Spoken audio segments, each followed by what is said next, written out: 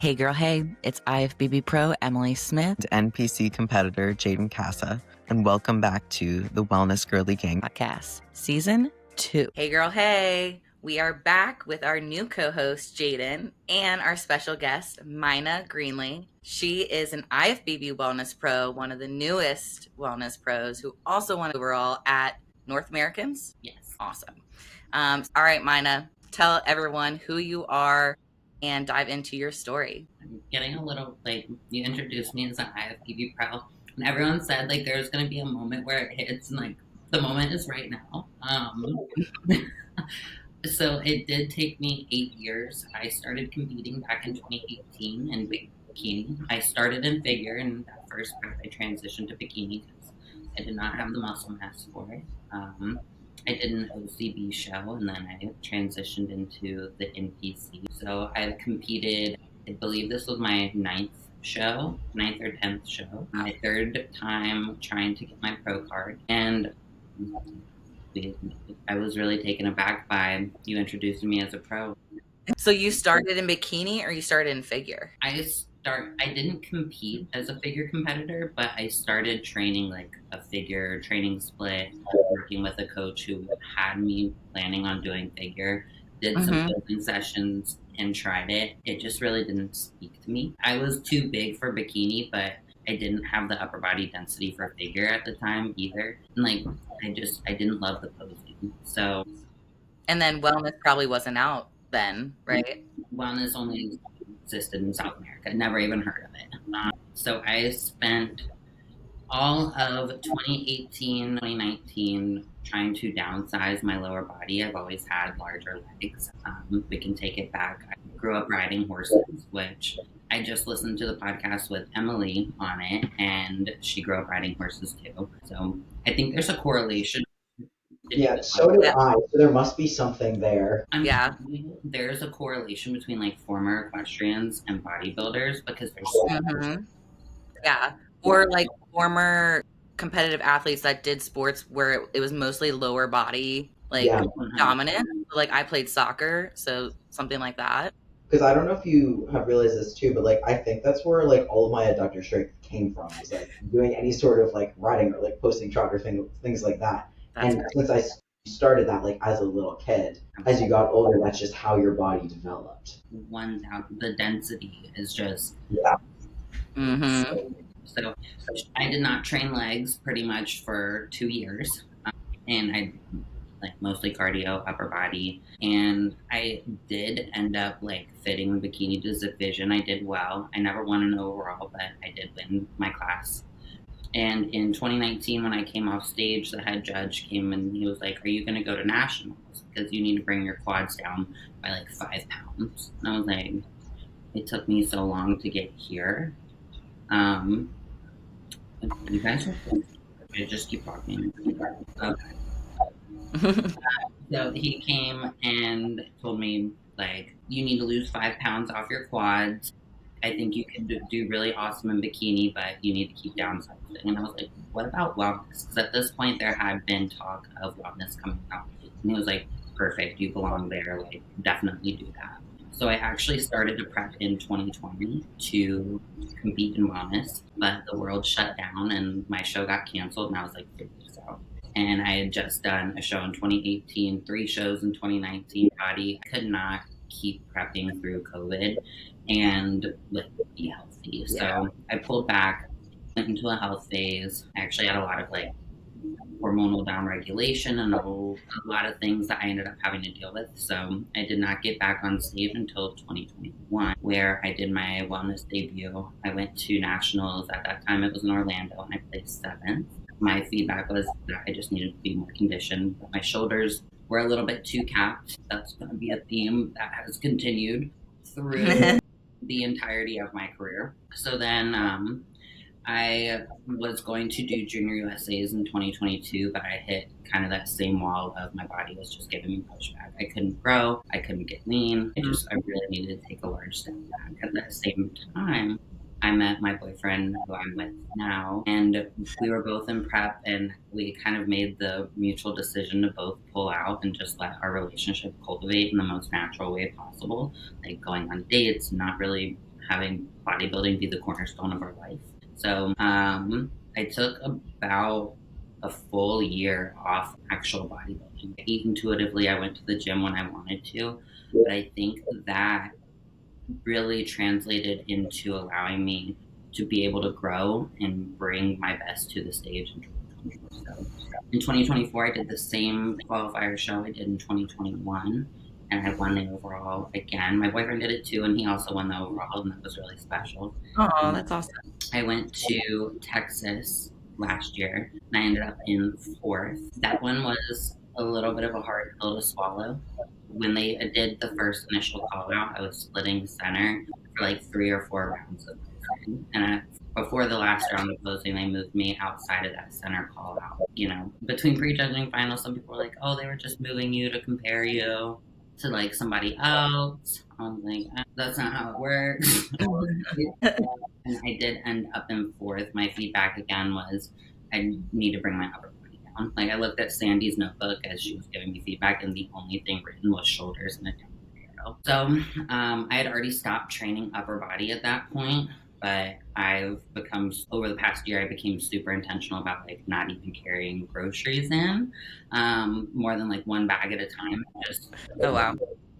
When like instead of doing cardio, holding dumbbells, I did good mornings on the reverse hyper, just really being intentional about not loading the body. So my feedback this year was don't do anything to the upper body, which is an improvement. So then I did North Americans this year. I ended up winning my pro card and winning the overall, which was, I wish I could go back and relive the moment. It went by so fast, and it really is, it's a dream come true. I've worked a long time to get here, and I'm just, I can't believe it finally happened. Like you work for it for so long, and you always wonder what it's going to feel like when it does happen. And now we're here, and it still hasn't quite sank in, which kind of circles back to the beginning of the podcast. I'm like I did. Which is crazy. Like I'm a pro. A few people have asked me like, how did your show go? And I'm like, I won my pro card. And my boyfriend's like, she won the overall too. And I was like gassing me up, and I'm like, it's just,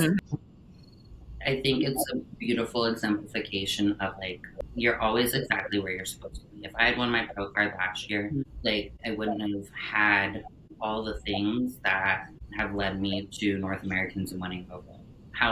Something better is always waiting for you when you're facing adversity. Mm-hmm. Yeah. I mean, you're a posing coach too. That has flourished, since your, quote unquote loss a year ago or 2 years ago, whatever.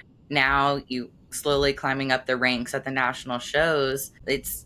You're being seen more often, and that really does help elevate your posing coaching. And then just having that year off, just live life with your boyfriend and remind yourself of what really grounds you, Mina, who you are. And then you're like, shit, I can grow, and my legs are growing. And you really, I mean, it's true resilience of how you've pushed throughout these years, and just kind of going with the flow with where your life is. Like what you were saying, like you are where you're supposed to be with timing. When you try to force something, it usually doesn't work out, right? So that's taking that time off, even from like a physiological standpoint. Like I was burning a candle at both ends. I was competing. I was taking basically no off season. I would compete, reverse. And my body was just like, we've had enough, girl. Like we need a break. All the timing works out. And that's when I met my boyfriend, and it's just, trust the process. And it's so much easier said than done when you want something so bad, but it always works out for the best. I've made some of the most incredible friends along this journey through this prep, getting ready for this national show. I even met, I don't know if you guys know her, Emily George. I met her backstage. We both live in the same city, never met in person, but if I hadn't done North Americans, I wouldn't have had the chance to meet her and now have a lifelong friend.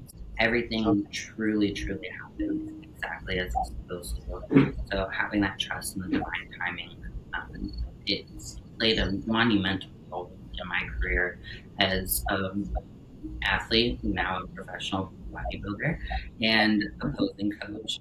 I mean, from all that you said, the one question I really have for you, and I think it really is, it's independent for everybody really changes, but over your journey and over your course of bodybuilding, after the repeated like bring down your upper body, like all of the different voices and feedback and stuff that you're getting, what has really pushed you through that entire time? What has driven you to keep going and eventually end up exactly where you're supposed to be here? So it's my reason why, the reason why I started bodybuilding, or the reason why I started working out.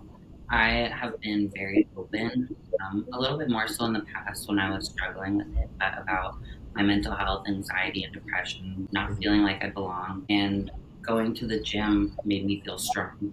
Whenever I felt like weak and I felt like I didn't belong, it gave me purpose. And then transcended into, okay, I want to do a bodybuilding show.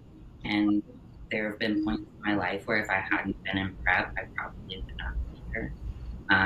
Not so much the last 2 seasons that I've done, but prep has been, or bodybuilding has been that one consistent in my life. As much effort as you put in, you'll get right back. So, and I truly owe everything I have in my life to the sport, from my relationship to my career, most of my friends. So it was a consistent calling of like, this sport has given you everything, so continue to give you everything. And I've always said it doesn't matter how long it would take, I would keep going, I would keep competing. Even if I didn't have the potential or the ability to ever turn pro, every time that you compete, you learn something new about yourself. Every single time you compete, there is like, I personally feel there's a lesson that you learn along the way. No matter how advanced you get, whether it's just learning how to push yourself more, or pushing through the hard days, that continued like progression of learning, I think it's one of the most beautiful things that you can do. That is what continues to push me every single show, every single time I prepped. It is for the girl who never felt like she belonged. It's for the girl who nothing but bodybuilding at one point. I'm fortunate enough to be able to do it now just because I love it, and those lessons that we learn along the way. I'm always reminded that it's for that person, which I think a lot of us can relate to. I think a lot of people gravitate towards bodybuilding who have gone through some sort of adversity. I always say we're all connected through the fact that we've gone through something emotionally painful enough that we no longer fear physical pain or like discomfort because we've been through something so traumatic. So while I may not know exactly what it was that led you to the sport, I can empathize with how you felt. I mean, it's not everybody, but through my experience and meeting people along the way, it is a large group who have gone through some sort of great adversity in life that ultimately led. Yeah, like maybe you weren't the best equestrian in the world or whatever. You obviously didn't gravitate towards figure, and then bikini wasn't, your division just yet because your legs and lower body. So it does take a little bit of time to find that, and I feel like that was the same thing for me, where I just felt like I wasn't good at anything really. And bodybuilding was something that I feel like I could give my all. At least I could show up my best, right? And continuously learning about myself. And that's what you were saying. Like every show, I mean, every prep, every diet, every bulk, right? You're learning something new about yourself, something that you can maybe handle a little bit better. Or not, we're not perfect. And I think it transcends into other areas of our lives too. It's not just in bodybuilding. Those lessons that we learn are applicable to all different scenarios. Yeah, for sure. I really liked what you said, just in terms of that everybody who has been through something really does. We're all connected. I can't remember exactly the quote you just said, but that really stuck with me there. I think it is really, really cool to have this whole community, especially of women too, honestly. Like you said, I've met so many close friends and so many individuals that I truly do admire, who all fall under this umbrella of just like the hardest working people I've ever met. So it's really quite beautiful and really quite cool to, one, see those people succeed, and two, just all be kind of under the same roof there. Point with like women supporting women, and like there's plenty of pro cards out there, there's plenty of trophies out there. Like, give the girl the hype that she deserves. I'd love to hear a little bit more about, because I feel like everybody in like their off season and their prep has a bit of a different routine that they go through, whether that's mentally what you do in the morning, physically? Like, kind of what does that look like for you? What do you think about during your training? Kind of walk us through. So I do, both my partner and I work from home, so it does make it a little bit easier most of the time. We're always here. I don't want to I want to piggyback off of this. So, my day is exactly the same every single day, and that's probably what makes me a good bodybuilder. I wake up, I take my fasted supplements, I water my little urban garden, I drink my coffee, do my fasted cardio, start posing. I go to the gym at 1 o'clock. I get home and I resume posing at usually 5 o'clock. And every single day is the same. But my training has changed so much this prep because I started training with, she is a newer wellness pro. Her name's Olivia, and she just moved to Charlotte from Canada. And we actually met through, I was her posing coach, and then we just kind of hit it off. And it has drastically changed this prep because before, when I would think about training, I would dig deep sometimes. I'd be like, do you want to come in fourth place again? Type of energy, tapping into that. But this prep has been so easy because even on the days that I didn't want to go to the gym, because we always face that, I never quite felt that because I'm like, I'm going to go see my friend and we're going to train really hard together. And it kept my intensity up through the entirety of this prep to the point that my coach was like, okay, it's time for you to pull back now so you don't get hurt. Like, we're 10 days out. We don't need to be hitting PRs. We don't need to be going to complete. That's great. And she did her pro debut at the Heart of Texas the week after me. So we really got to go through this prep together, which I've never had that before. I've always been a solo trainer. Headphones in, fighting demons type of training energy. A beautiful lesson that I learned this year is don't always have to fight your demons to be able to get the most out of it. I think it's just a progression of kind of my emotional and mental maturity and my journey in my own mental health is that I'm happy, I'm at peace, I've done the work. I'm not an angry person, so channeling that angry or the anger or the hurt, it just wasn't working. And so now it's matching energy with someone who up until very recently, I was aspiring to be like she has her pro card. She won the overall at the Toronto Pro for her. So that's something I want to do. And if I want to we just pushed each other through each session. So it was really, really a cornerstone of, I think, my success this year. Awesome. I think there's something to be said about having training partners, because I think a lot of us do like to have that very much peace therapy time where we put our headphones on and just kind of go inside of ourselves and do our training and kind of treat it like a little meditation session. But there is something really cool about, one, getting to share that with other people, and two, when you have that energy that's matched, it's really cool that the both of you were in prep at the same time. That's something that is awesome you got to line up. So really being able to go through that together, and even when you're having a day where you're like, oh my God, I'm going to fall over, I'm so tired, having somebody there to pick you up with that, that's really special. It's honestly something I never thought I would have, because as extroverted as I can be, when it comes to the gym, I've always been really introverted and not really wanted to train with anyone. And honestly, before her, I could not fathom I can't imagine waiting for somebody to go to the gym and having to align your schedules. But her and I are so similar in that we're not super emotional people. We're not super I am a people person, but when it comes to my training and bodybuilding, I need to be able to do it at my pace. And then we just found each other. And again, it's also that right place, right time mentality, because we were both training every other day. And somehow our splits, I guess there was a 50-50 chance, but our splits lined up to be the exact same day. And it was just seemed like it was all kind of meant. And she just moved here in April, and that's about when she started prep. That's when I started. It will have that friend for life too. She's very easily and quickly become one of my best friends, and I'm very excited for her. She's competing this weekend at the Rise in Phoenix, so I'm excited to see how she. Yeah, that's going to be an awesome show. Yeah, I'm excited for that show. Massive. There's 20, 21. I love that. There's more competitors, more people getting involved.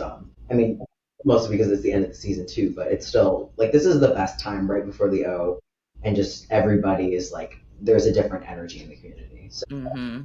Yeah. Let's talk about your future goals. Do we have any spoilers? Certainly. So it's crazy to say out loud, but the goal is to qualify for the 2026 Olympia. My feedback was you are ready to jump into a pro show now. Which is super, super flattering. One judge told me I need to go to a pro show, and then the head judge was like, if you want to reach your max potential, you do need a little bit more. So I, instead of pushing it, and again, the only show left in the US, like within this year for qualifying for the Olympia, was the Rising Phoenix. And I am not delusional enough to think like I'm going to go and win my pro debut. Like, I'm sure it has happened. I just understand the caliber of some of these athletes, and I just didn't think it would be in my best interest.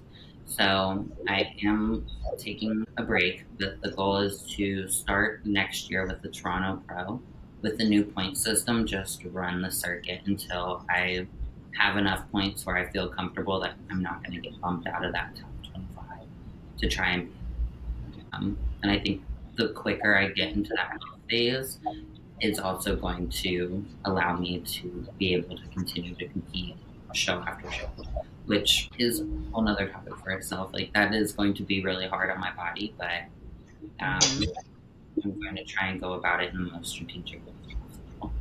Just because, I mean, doing show after show is tough, like back-to-back peaks. Yeah.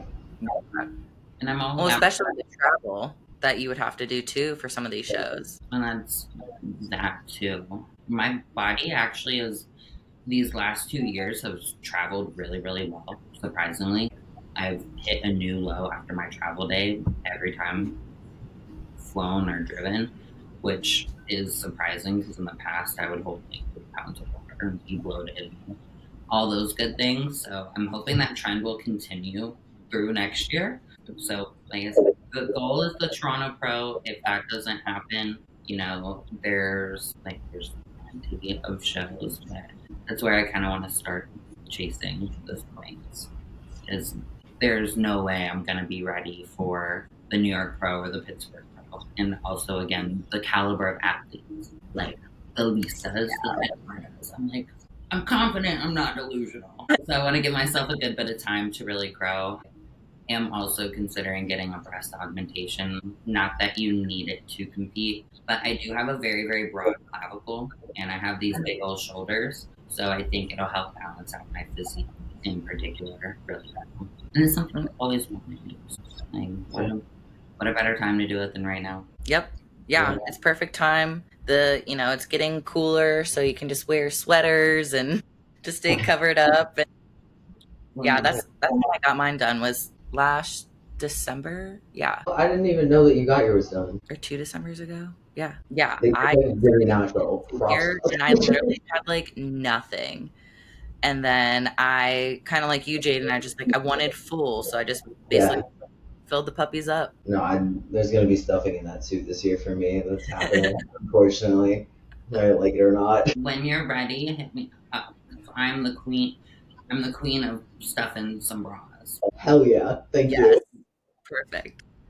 Like, a lot of people have thought that I do have like a very modest augmentation, just because my skin they're not flat. There's like 2 pairs of tube socks in each boobie. But that's what I was watching your routine over and over again because I wanted to remember what suit color you had. And then I'm like, dang, but it looks like she has fake boobies. No, girl. Those are the tube stuffing tube socks. Okay, good to know. No pillow stuffing. Like the silicone things are too heavy. It's the socks. And then when you get your suit made, go up a cup size. So if you're like normally a B, get a C. If you're normally a C, get a D. And that's awesome. It'll help. Yeah. Oh yeah, for sure. I've heard Toxic, when they give their consults, they'll always say like a size larger than you would think. And I'm like, huh, what? But it does. It makes your upper body just fill out a little bit more if you're lacking. Are we gonna have a different pro suit color? Are we gonna stick with the green? I out of the 9 shows that I've done, I've worn green for 8 of them. So I want to wear red really, really bad. But Marianne Newman, she is an Olympia judge. She's also local to the Carolinas. I had a red suit made for last year. And I showed her a picture of it, and she was like, no, never wear red. I don't ever want to see you in red. And I'm like, well, it's not like I can even get away with it respectfully, like, love you, mean it. But you judge pro shows and you judge the Olympia. So I guess I'm never wearing red. And my suit designer, she was like, well, I'll sell it. So I will probably stick with green of some variation. I do really like the suit I have, but I want to put it in a shadow box and hang it up. So, and I will have to, again, hopefully with some new yabos, I will have to get a new suit made anyway. So I actually really, really liked my suit this year. True. I was thinking a velvet base versus like the holographic base, just so it has a little bit of a deeper tone. I don't know. Maybe a royal blue as well. I've thought about that. The one that you wore this year was absolutely gorgeous. It looked perfect, especially with like the black hair and everything too. It was just like chef's kiss, you know? I really, that's why I'm like, my suit last year was cute, but this one I felt like very confident in it. So it makes a huge difference. I feel like nobody talks about that as much.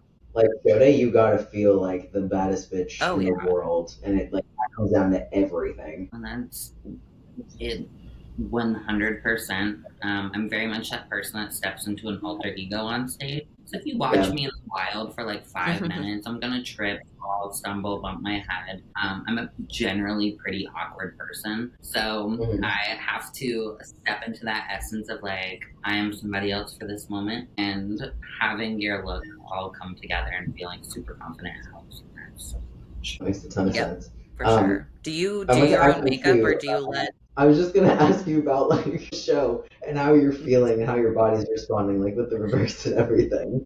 So post show, I'm very much, I love to compete, so I'm not quite ready for it to be done. I'm coming to terms with it now, but for like the first 6 days or so, I'm ready to get back into prep. And because this prep felt so easy compared to other ones, and I hate using that verbiage, but it really did.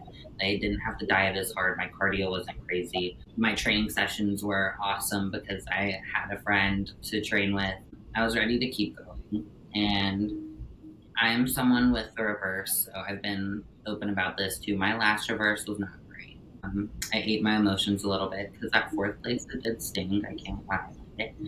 And then in previous reverses, I've done okay. Like my 2021 season, I did that reverse very well. But in like 2018, 2019, I was so scared to watch the scale. So I would like skip my scheduled cheat meals.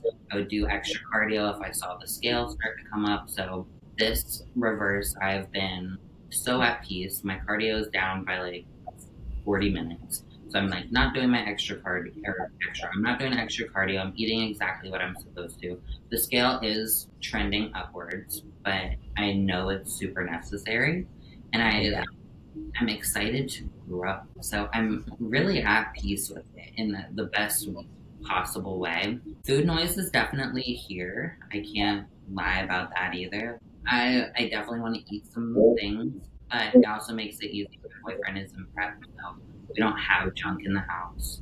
He's not going and getting cheat meals on a weekly basis. He did get a refeed a few days ago. So it's been easy. And eventually we'll turn, like, I'm only 12 days ago.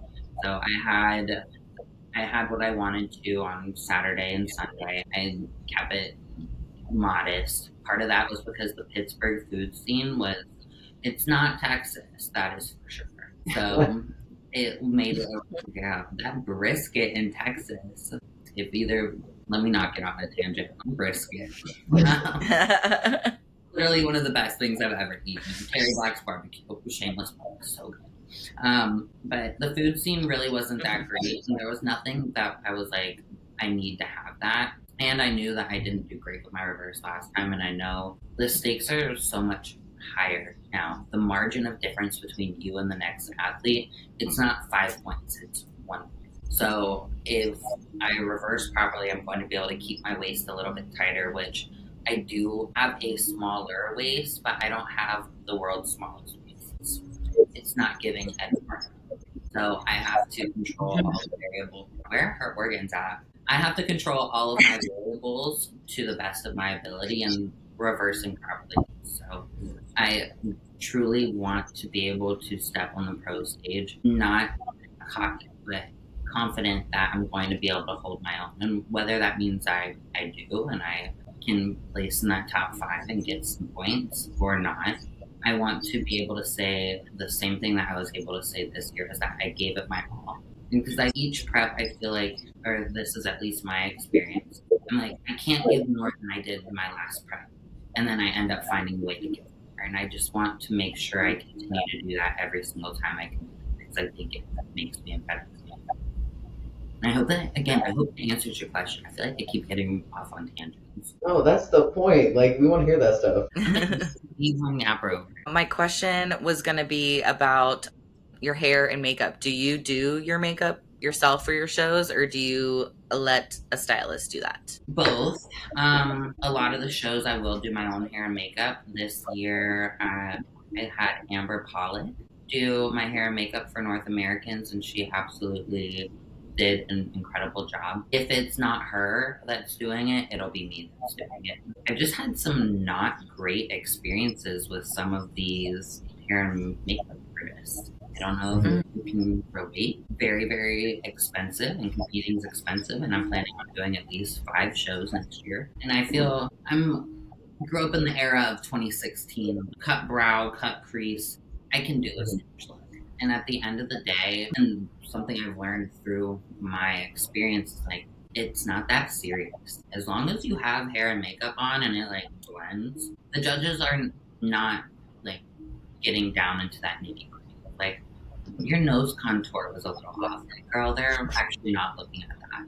They're looking at your physique. As long as you have makeup on and it doesn't look terrible, you're fine. So, like I said, I feel confident doing it. But Amber Pollock, if it's not her, it'll be me. Yeah, she actually did my makeup for, I had one person for the Universe, I think. Or no, maybe it was the DC Pro. I can't remember. But 2 out of 3 of my shows last year she did. And yeah, Amber. Love. I love her style because it's enough, but it's not much. And it's just, she is a professional. A lot of these makeup artists, they're just people who decided they're going to do show makeup one day. And a lot of these artists that I've learned, they edit and face-tune their photos. So it is false advertising.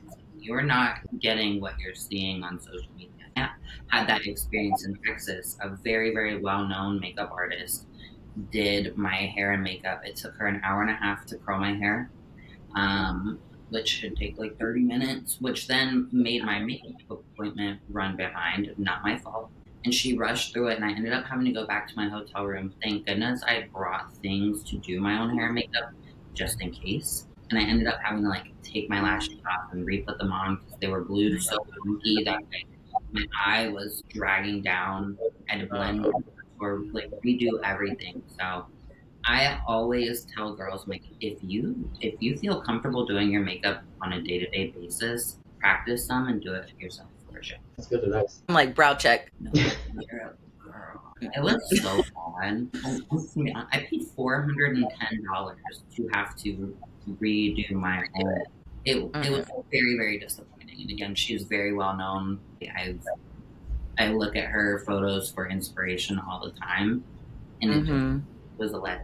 And like, it's not a great way to start your show day. The other thing is the time. Again, like, if you can do your own hair and makeup, you don't have to get up at 3:30 in the morning to go get your hair. Because what will make or break your look on stage is a good night's sleep. Your makeup is not. Like yes, if it's awful, girl, yes, it will. But like, you would rather have a B+ makeup and hair look and an A+ physique than like a D+ physique and an A+ hair. You know what I mean? Yeah. Makes sense. Yeah. No, actually, it was the DC Pro I remember because I didn't have Amber, and it was a very well-known artist because it was a pro AM show, right? So there were pros there, and I remember I was there. I was like, hey, I'm so and so. This was my first wellness show, first of all. And I was so excited to like be in the room with all of these pros. They were bikini pros because there's only a bikini and men's physique pro show, but still really cool. Like I knew some of them. I was like, oh my God. They had no idea who I was. I was Joe Schmo to them, right? Like I was no one. And I was waiting for I think an hour, and then they asked me, what's your name? When was your appointment? Who are you with? I'm like, so yeah, everything was like pushed back and late. And then they had to do my hair and makeup at the same time because they fucked up. I'm curious if it's the same person. Does it start with a letter? Yes. It does. You have to watch YouTube in order to figure this out. Sorry. Yeah, because that was the national show that I did that I shouldn't have been at for obvious reasons because I was a tiny girl. That was also my person as well. And my hair on stage, like, it fell out within like 30 seconds, like literally just like rushed through. And again, it was very, very expensive. And I was like, this is kind of embarrassing for me and everybody else. Like, it was just, I think, especially because that was my first like national show, that was my first competition season. I was like really excited to be like, again, with like someone that was very well known that did all the pros. I saw all their photos on Instagram and stuff like that, and it just was not what I was expecting. So I feel like that's something that everyone kind of keeps to themselves, but that actually happens. That's kind of crazy that we all had the same exact experience. Like, my hair also fell out before I could even get on stage for prejudging. Meanwhile, Amber curled my hair, and I didn't. I'm gross. I didn't wash it for a week, but the curls stayed. Yeah. But I also. Oh my God. Amber saved me one time because I think she accidentally sent me the wrong link or something, and I have instead of the clip-ins, I had the weft hair extension, and she's like, well, we're gonna do a weave on you. And the girl before me had a sewing kit, so it was literally yellow, like needle and thread. Oh my God. She saved me that. That's crazy. That is the best story I've ever heard. You literally got a weave the day of the show. Yep. She was like, we're just doing it. We're doing it. She's like, whatever. It was my fault. We're doing it. And I'm just like, okay. I'm like, are you sure? I can pay extra. She's like, no, yeah, it was great. But she said, take it out the next day. So I had my husband like cutting out my weave the next day because it was not, done the best. Yeah. I mean, well, it was done. It was done. That makes me so happy. Amber's a badass. Like any of my competitors, I will say if she's around, do get Amber. And there are some coaches that will say like specify like who they like, but again, they may not be available. Local shows, I mean, just do your own makeup. You can try some of the tanning people, hair makeup people, but yeah, look at Mina's face. It's a hit or miss. Again, because you might get a girl who they have too many people on the appointment and they're like, hey, I know my friend does makeup okay, let me call her. Again, if you know what you're doing in any capacity, just save your time and money and sanity. Yeah. No, I'm super curious to know if I gotta check Amber's schedule and see where she's gonna be, if she's gonna be at my shows. Yeah, right. Yeah, Planning on doing too. So we're like toying between a couple in November here, just depending on how I look. We haven't really like nailed one down per se. And my thing too is like the last time that I prepped, I put so much. That was a whole cluster for a number of different reasons, but it was very much dictated by other people, and I want this one to really be for me because this is what I love to do and I want that to show. So I haven't been sharing anything on my socials about how many weeks out I actually am because one, I don't necessarily know, and two, I just kind of want to keep that for me this time around. I was saying absolutely. I'm sorry. Oh no, you're bad. Sorry, you cut out. But yeah, I'm super excited. Things are going, they're moving, and it's definitely the most fun I've had so far in this prep. And I'm sure you experienced this too. And like you said earlier with your training partner, it's different when you have a bunch of people around you that truly do support you and want the best for you and have more of a community. Because as much as it is an individual sport, there is still some sort of camaraderie that comes with it. So while you're the one, doing the diet, doing the cardio, doing the actual training, having all those people around you that actually believe in you and give two shits about you changes everything. Yeah, 100%. And that was something just to be able to relate and empathize with that. That's also something that was different for me these past 2 years. Up until 2024, every single show I've done, I've driven myself there. Like nobody in my life truly understands. My family's like starting to get on board now. They're like, oh, you're like good at this. So they're starting to get on board with like my first show. I drove myself there, and literally every single show. I drove myself to Orlando in 2021. That was the worst decision I've ever made in my life. That was awful because I was like also drinking 2 gallons of water, and that drive to Florida down 95 could not have been worse. But we did it. And so that's, I can say that I did all that on my own, but having like my boyfriend to support me in so many different ways, like that's also another reason why I'm putting off my pro debut. He wouldn't be able to come with me, and like the man washed my hair in the sink on Friday before the show. So, and he like made my meals for me and just made life so much easier. And having that support and being able to share the moments and share the victory with him, it just makes all of it that much sweeter. And circling back to you're exactly where you're meant to be. Of course, I would have loved to get my pro card earlier at the time. Like in 2021, it was a bummer that I didn't get it. But now I know it's because like I wouldn't have had anybody to share. Yeah. I wouldn't have had anybody to share those special moments. So, and I hope you have a similar experience this year where you are able to share those special moments with those people that mean so much to you. Yeah, exactly. Yep. And we're here for you too. Yeah. Girlie Gang. Mina, you talked about how this prep was like your easiest prep. I felt the same too with my last prep, and that was mostly because eating more, doing less cardio. Let's talk about that a little bit more. Let's talk about your training and nutrition. So, like the night before the show, I got 7 hours of sleep and I woke up. So I woke up on Saturday morning and I got a full 7 hours of sleep. I was like, this is gonna be a good look. Like before, it's usually like 3 hours of sleep, wake up 25 times in the middle of the night. The day before, I was able to take a nap, and I was like, and this is going into just my mindset. My mindset was so much different. I took all of the pressure off of me that I had in other preps of like, even last year. Last year I was like, okay, 2 years off or 3 years off from the stage, a year off from bodybuilding. I got to make a big comeback. All these people believe in me and they're coming to the show to support me. I have to get my book. And I didn't.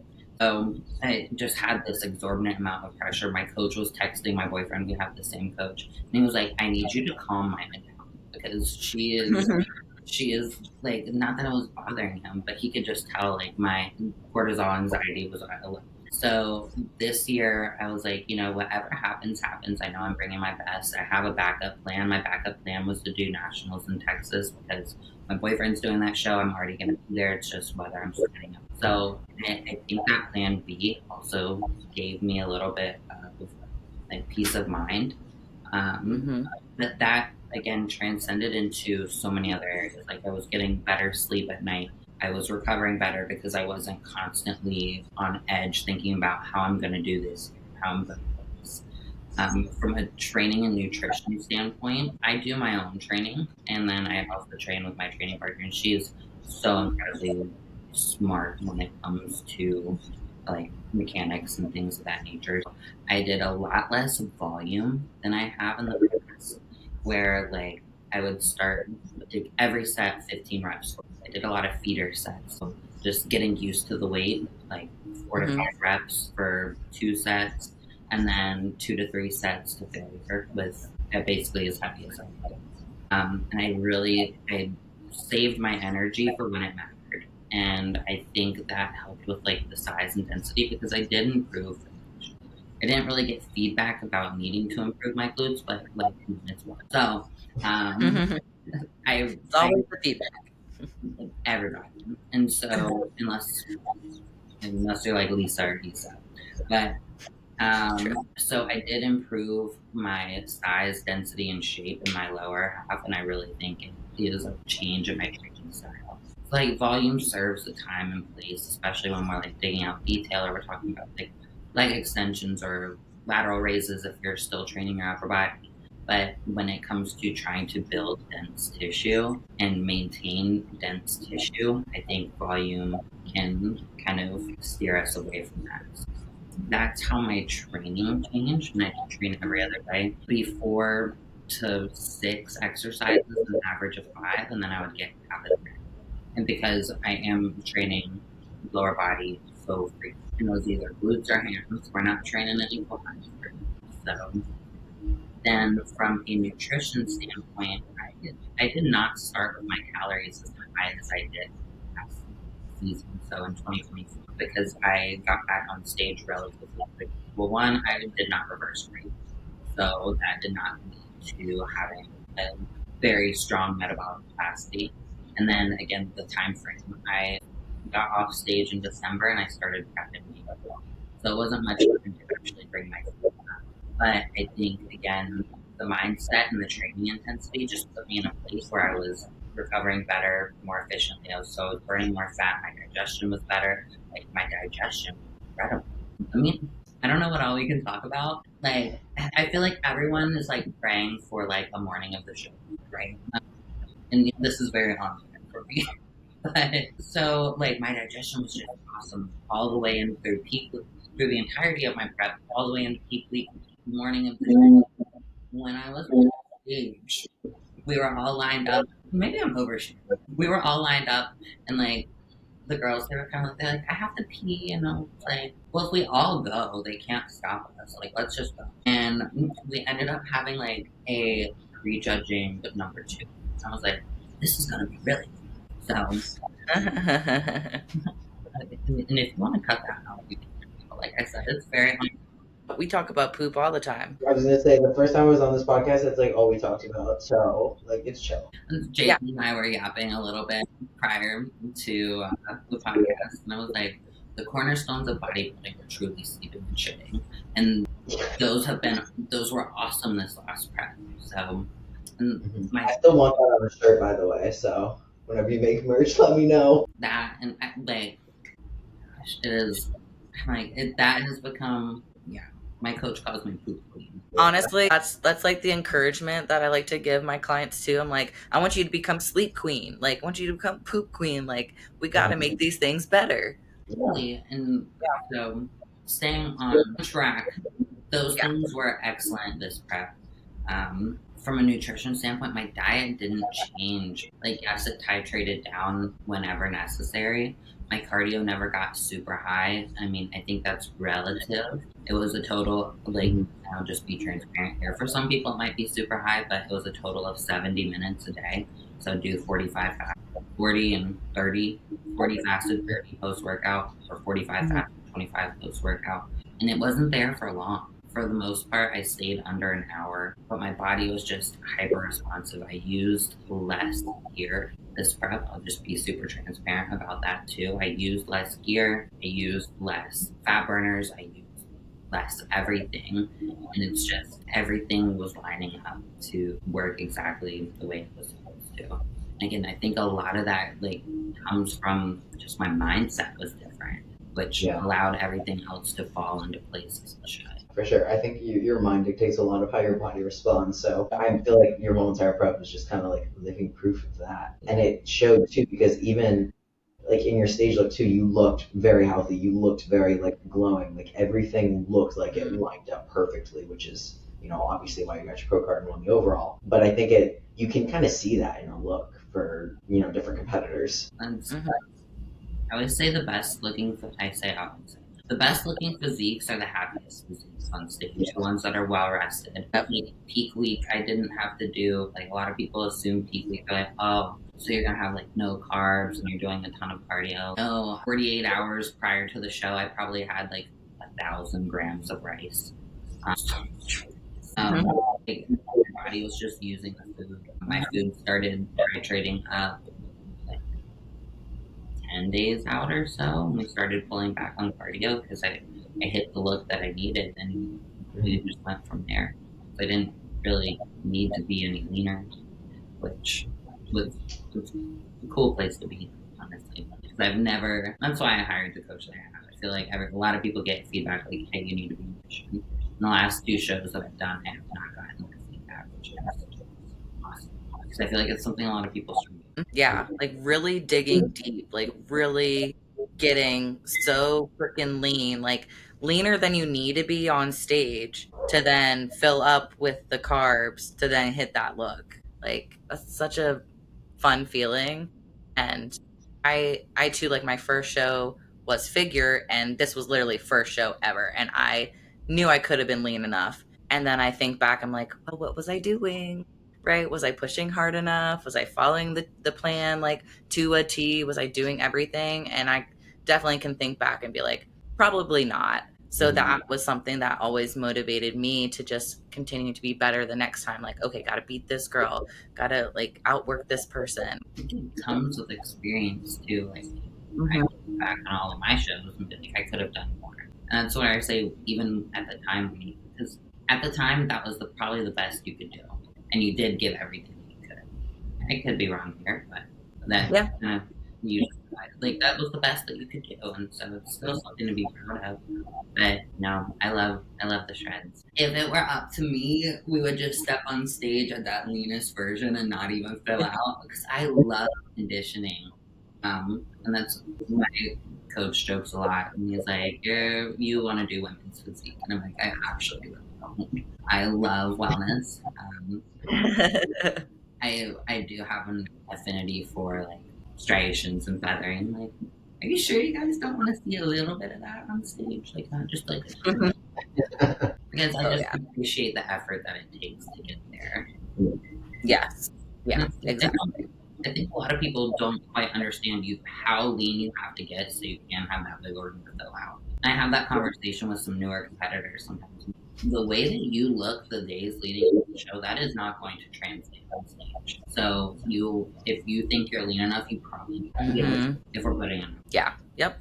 Yeah, for sure. Let's talk about your like the disappointments, like the emotions that you went through, all of the maybe the mental work that you've done to get to this point of where you are. Like, where do we want to start? Like, the mental work that I did. I keep having to turn this ring light down. It's so great. So I've done a lot of work in a lot of different areas. Again, just speaking transparently, I'm someone who when I was younger, I was in an abusive relationship.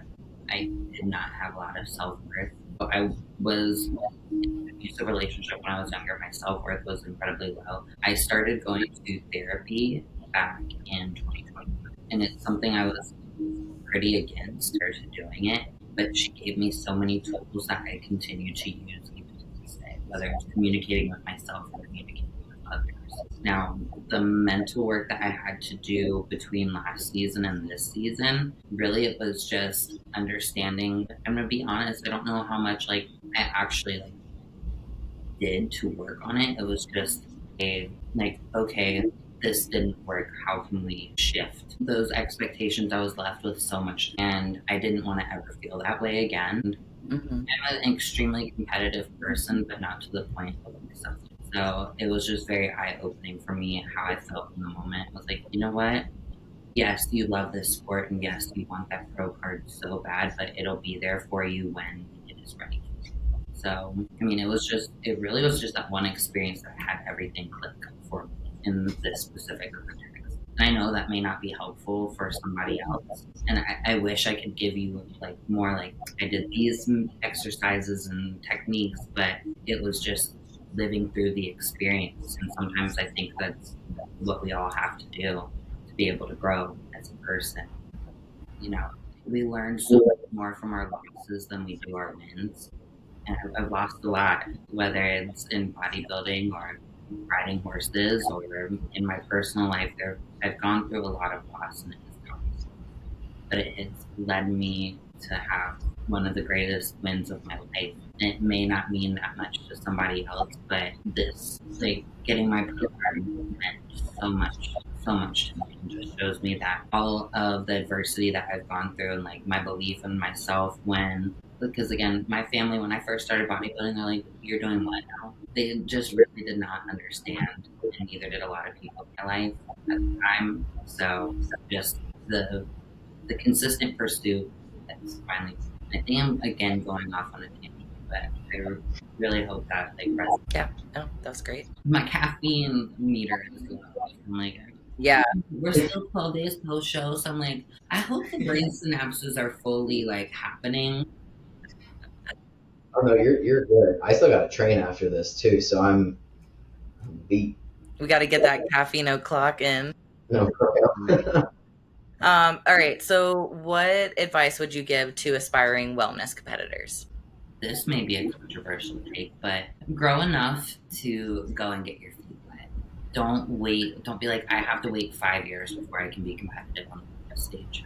Go and see if you like it first, so that you don't feel like you're wasting 5 years of your life getting ready for something that you even if that means moving down a division or crossing over and doing both. I cannot recommend enough. Just go and do it and see if you like it in the most respectful way possible. These like amateur shows, True Novice, like some of them are super competitive, but it's not as competitive as what you see on social media. And if you hire a coach, like the right coach to get you there, you have a chance to be really competitive. So, and it's not all about winning. Go and see if you like it, enjoy it, see if you like the process of, and then get your feedback and go from there. Because so many people, they're like, I need like 5 years, I need 3 years before I'll be ready for wellness. It's all about shape. It's really not so much about size. You don't need to be as big as you need to be. Go and see where the cards fall, and then pivot from there. But in like actual tangible advice, please hire a coach. Please don't hire just Joe Schmo at the gym who says that he's a bodybuilding coach. Do your research. Like with the coach that I'm with now, honestly, I did the research, but actually my boyfriend did it. He was an agent in another life. We found 3 coaches that we were like, okay, they're a potential candidate, and we did consult calls with all 3 of them. If the coach is not willing to hop on a consult call with you, like, see if if your energy matches, and see if you're a good make sure that you don't need an Olympia level coach for your first show, but make sure that health is being prioritized. Make sure you're not cutting corners financially. You definitely get what you pay for when it comes to coaching. As a opposing coach, I work with a lot of girls who, and it's not my place to necessarily say something, but I see them working with someone who is not going to be ready for the show, who is going to wreck their hormones, who is going to cause them this whole cascade of metabolic, like, downregulation. If they ask me, I will be honest with them and be like, so, I don't know if this works for you, but I see a lot of it. And I also worked for Protan for 5 years, so I see so many girls who have a bad experience with a bad coach and then end up blaming themselves. It's not the coach's fault. So make sure you hire a coach.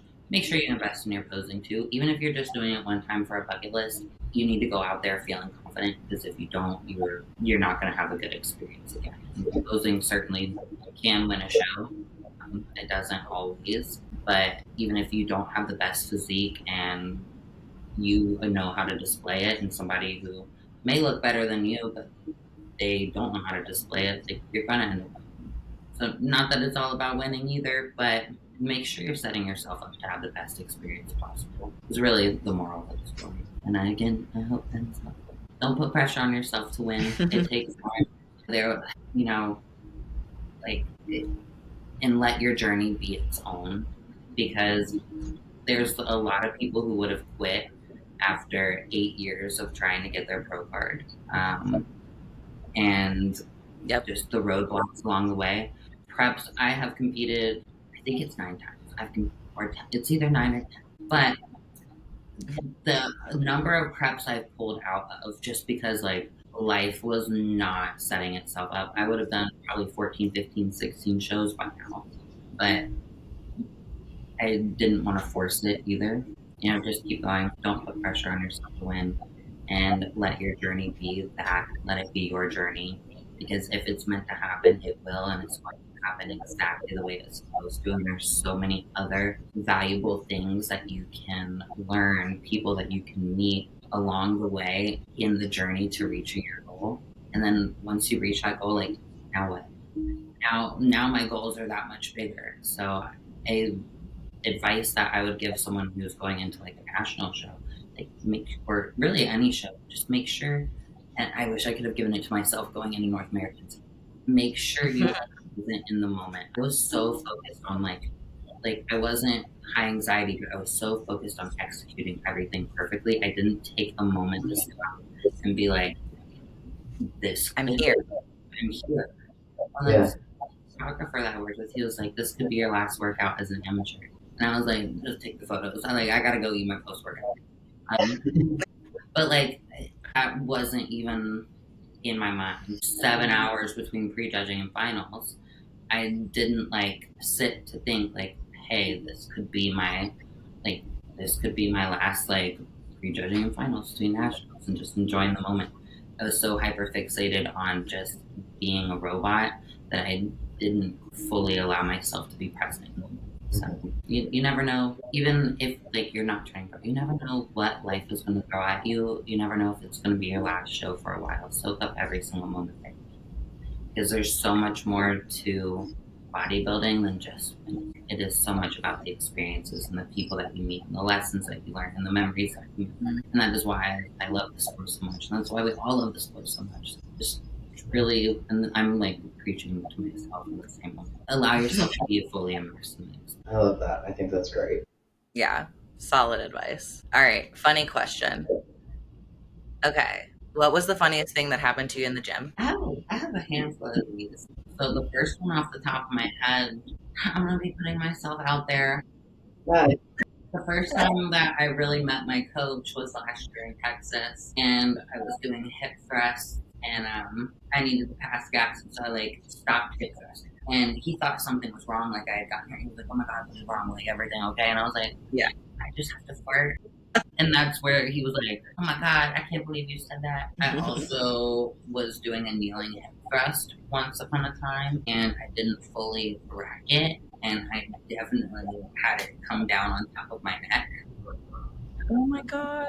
In the same workout, so this kind of circles back to when I was saying I'm like clumsy and awkward. Same workout, went to go deadlift, pulled the plates off of one side, and the whole thing flipped into the wall. Didn't put like a dent in the wall. Same workout. There were safeties on the Smith machine, so I didn't break my neck or anything, but it definitely like took me to the ground. I'm like, hey, I promise I've been to the gym before. I have in fact worked out once. Oh my god.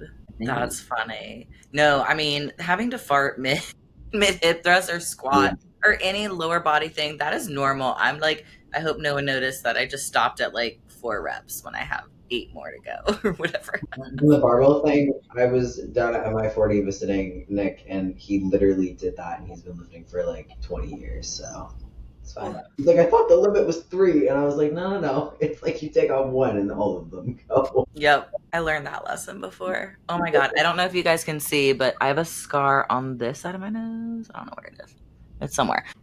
No, it was like peak week before DC Pro or Universe. I wear glasses when I'm at the gym. I usually wear glasses all the time because I'm blind. But there was a safety squat? No. Yeah, one of those like squat bar things that come out. I don't know what that thing's called. My husband would know. I know what you're talking about, like that you like hold here. You hold it here, but there's like a big thing. And the bars are like poking out this way when it's in the rack. Didn't even see it. I'm like putting away my hip thrust barbell, like plates and everything. I like lift my head up because I have a plate in my hand. I lift my head up. I hit that thing with my glasses. It like takes a chunk out of my nose. I thought my nose was broken at this point because just blood was going out everywhere. I've never injured my nose ever. And then I go, I have a show in like 4 days, and I just started crying, but then laughing at the same time because I was like, why did I just do that? That was so dumb. It would be like that. Yeah, so my makeup artist, Amber, had to, fill that scar in. Nailed it. But like you said, the judges, they didn't see it, so only I could see it and feel that. Yeah. I honestly laugh and cry because I'm like, this is my face. It's really nice. Yeah. Yep. All right. Well, thank you so much for joining us, Mina. Let's plug how everyone can find you and book posing with you. Just plug yourself. So it is at Major Mina on Instagram, and that's all I have for now. I'm not a tech savvy queen, But if you want to apply for one-on-one posing, you can click the link in the bio and we will connect. I do bikini, wellness, and fit model. So I did get started in the era of bikini where we were hitting that fit model from. I very much enjoy working with fit model. I do, of course, have a soft spot for wellness.